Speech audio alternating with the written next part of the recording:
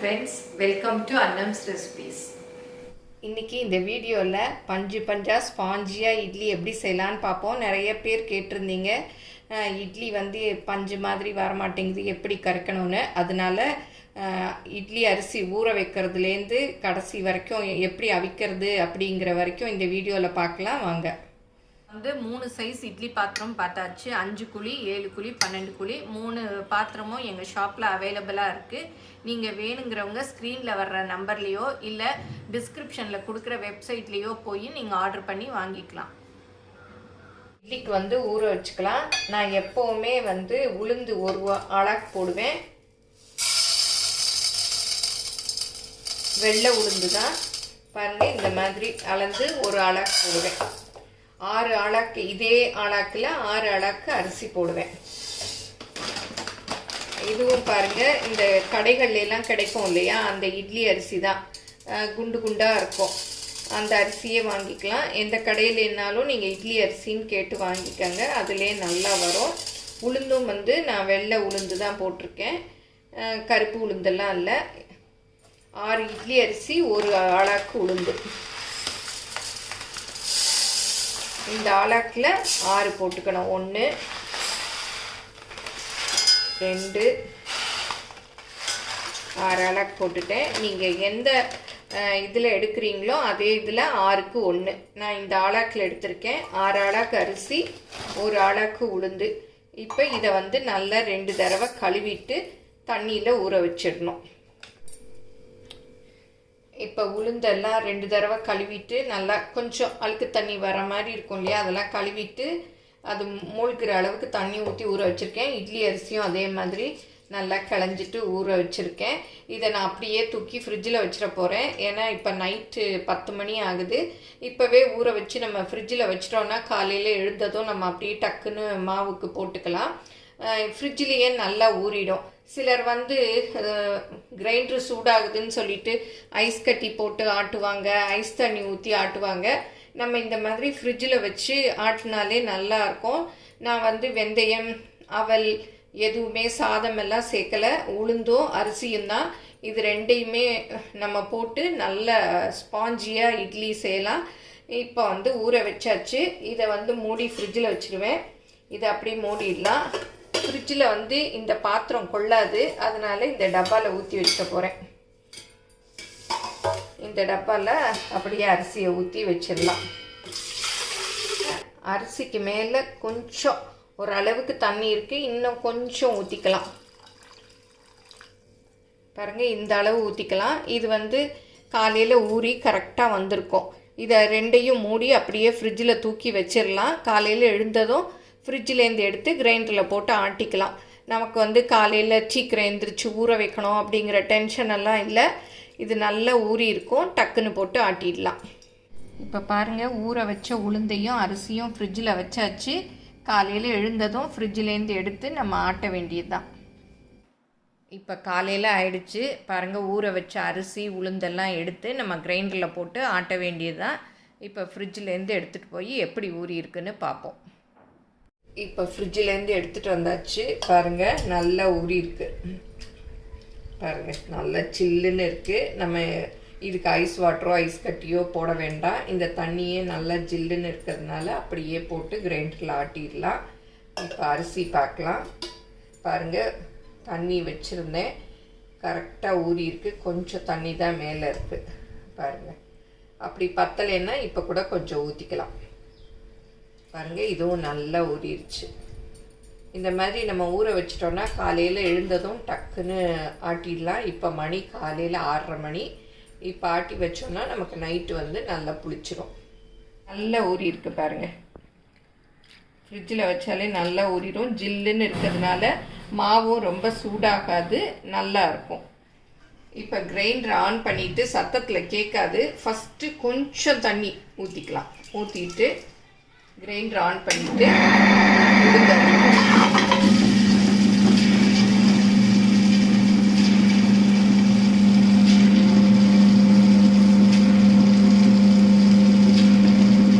ஜில்லுன்னு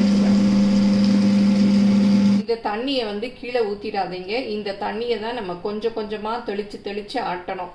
நான் உங்களுக்கு கேட்காதுங்கிறதுக்காக கிரைண்டர் ஆஃப் பண்ணிட்டேன். இதில் வந்து கொஞ்சம் ஆட்டினதும் பார்த்து ஊற்றி ஆட்டணும். நான் அது ஆட்டுறச்சே காமிக்கிறேன். இப்போ பாருங்கள், நல்லா திக்காக வருது. கொஞ்சம் தண்ணி எடுத்து இந்த மாதிரி தெளித்து விடணும். ஓரத்தை அப்படி வலிச்சு விட்டுட்டு கொஞ்சம் தண்ணி, ரொம்ப மொத்தமாக ஊற்றிட்டிங்கன்னா மாவு பொங்கி வராது, நல்ல வெண்ணெய் மாதிரி அப்படி சப்பையாக சப்பளிஞ்சு போயிடும். அதனால தண்ணி ஊற்றுறத பார்த்து ஊற்றுனீங்கனாலே இட்லி நல்லா சாஃப்டாக வந்துடும். இப்போ திறந்து பார்க்கலாம். பாருங்க எவ்வளோ மாவு வந்திருக்குன்னு. நான் வந்து தண்ணி இந்த மாதிரி தெளித்து தான் ஆட்டினேன்.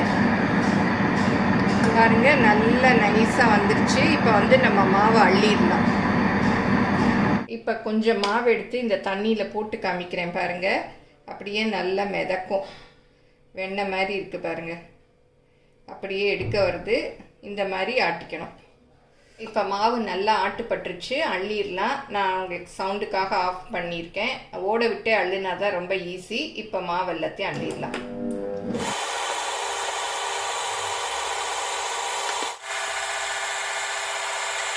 இப்போ உளுந்தெல்லாம் அள்ளியாச்சு பாருங்கள், எவ்வளோ வந்திருக்கு மாவு.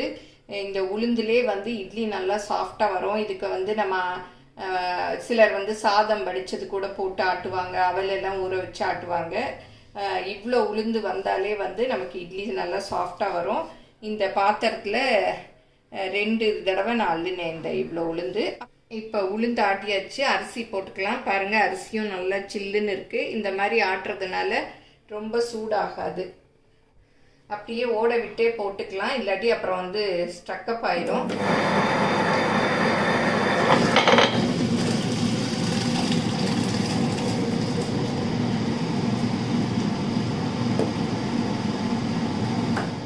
கொஞ்சம் போட்டிருக்கேன், போட்டுட்டு அப்புறம் மீதி போட்டுக்கலாம். ஏன்னா மொத்தமாக போட்டுட்டோன்னா சில சமயம் அந்த கிரைண்டர்லாம் சின்னது இல்லையா, ஓடாது. நான் அதுக்காக ஆஃப் பண்ணிட்டு சொன்னேன். இப்போ வந்து போட்டு விடலாம். பாதி அரைஞ்சதும் இந்த மீதி பாதியும் போட்டுடலாம். ஏன்னா நானே நிறைய தடவை மொத்தமாக போட்டேன்னா ஓடாமல் ஸ்டக்கப் ஆகிடும். அப்புறம் இந்த மாதிரி நம்ம சுற்றி விட்டுக்கிட்டே இருக்கணும்.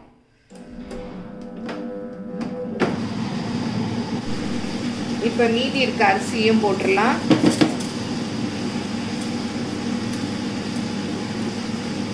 நல்ல தண்ணி ஊற்றிக்கணும். ஏன்னா உளுந்து காஞ்சிருச்சுன்னா அப்புறம் கிரைண்டர் கழுவுறது கஷ்டம். இப்போ உப்பு போட்டு ஆட்டிடலாம். ஏன்னா சிலர் வந்து ஆட்டிட்டு கடைசியாக உப்பு போட்டு கரைப்பாங்க. அது வந்து கரையுதோ என்னதோ, சில சமயம் உப்பு கரையாமையும் இருக்கும். அதனால நான் எப்போவுமே வந்து மாவுலேயே போட்டு ஆட்டிடுவேன். 6 உலக்குக்கு இந்த மாதிரி 2 கைப்பிடி, என் கைப்பிடிக்கு 2 கைப்பிடி உப்பு போடுறேன். நீங்கள் அளந்து போட்டிங்கன்னா 6 டேபிள் ஸ்பூன் அளவு போட்டுக்கலாம். இப்போ அரிசி ஆட்டுப்பட்டுருச்சான்னு பார்க்கலாம். பாருங்கள், நல்லா நைஸ் ரவையாக, ரொம்ப நைஸ் ரவையாக இருக்கணும். போதும், கிரைண்டர் ஆஃப் பண்ணிடலாம். இப்போ கிரைண்டர்லேருந்து எடுத்துடலாம். நான் இந்த ட்ரம்லேயே தான் கரைக்க போகிறேன்.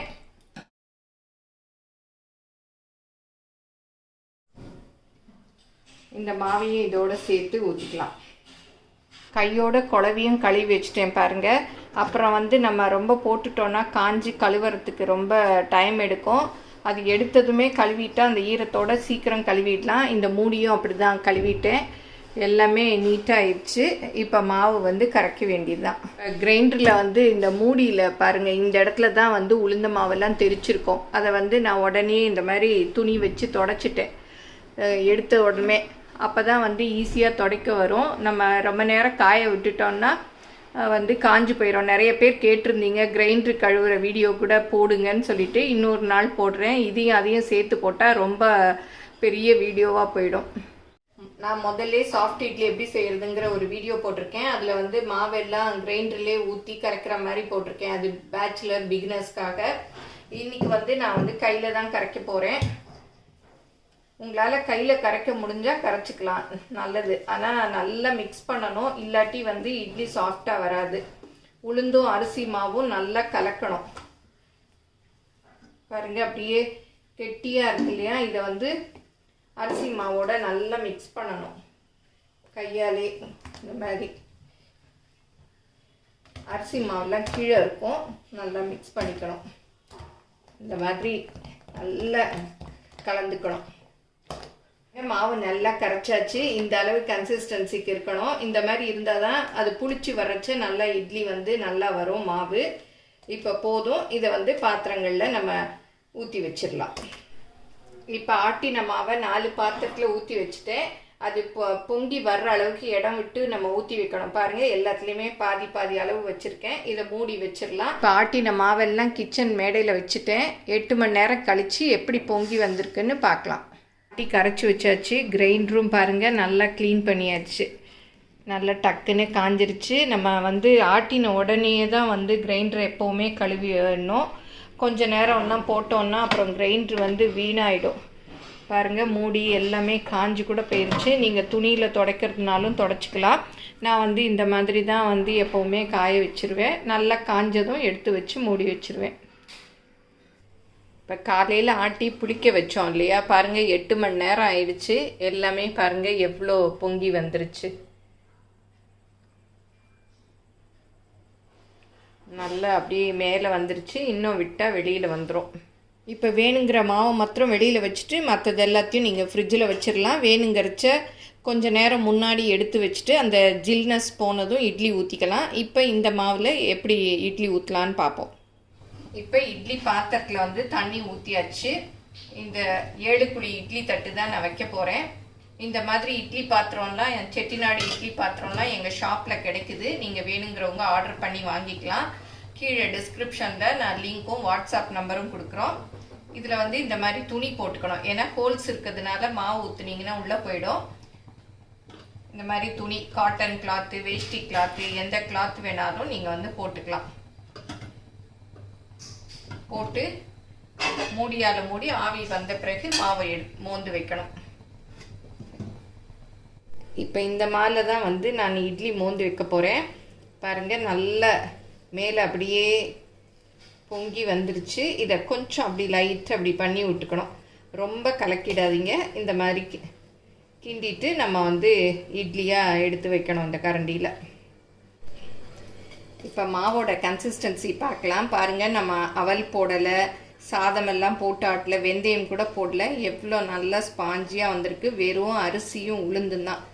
இது பார்த்தாலே உங்களுக்கு தெரியும். இந்த மாதிரி மாவு இருந்ததுன்னா இதில் ஊற்றுற இட்லியும் நல்லா ஸ்பாஞ்சியாக வரும். இப்போ திறந்து பார்க்கலாம். பாருங்கள், நல்லா ஆவி வந்துருச்சு. இப்போ இந்த மாவை ஒவ்வொரு குழியிலையும் எடுத்து வச்சிடலாம்.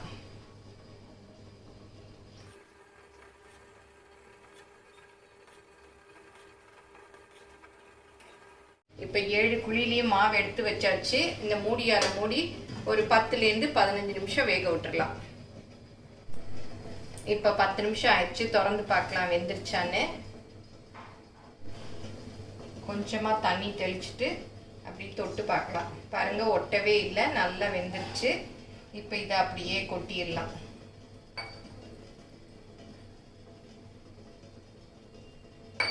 கொஞ்சம் அடுப்பை குறைச்சி வச்சுக்கோங்க. குறைச்சி வச்சுட்டு அப்படியே தட்டில் எடுத்துக்கலாம். இதை அப்படியே திருப்பி போட்டுடலாம். பாருங்கள், சூப்பராக இட்லி வந்துருச்சு. எவ்வளோ ஸ்பாஞ்சியாக அப்படி பாருங்கள்.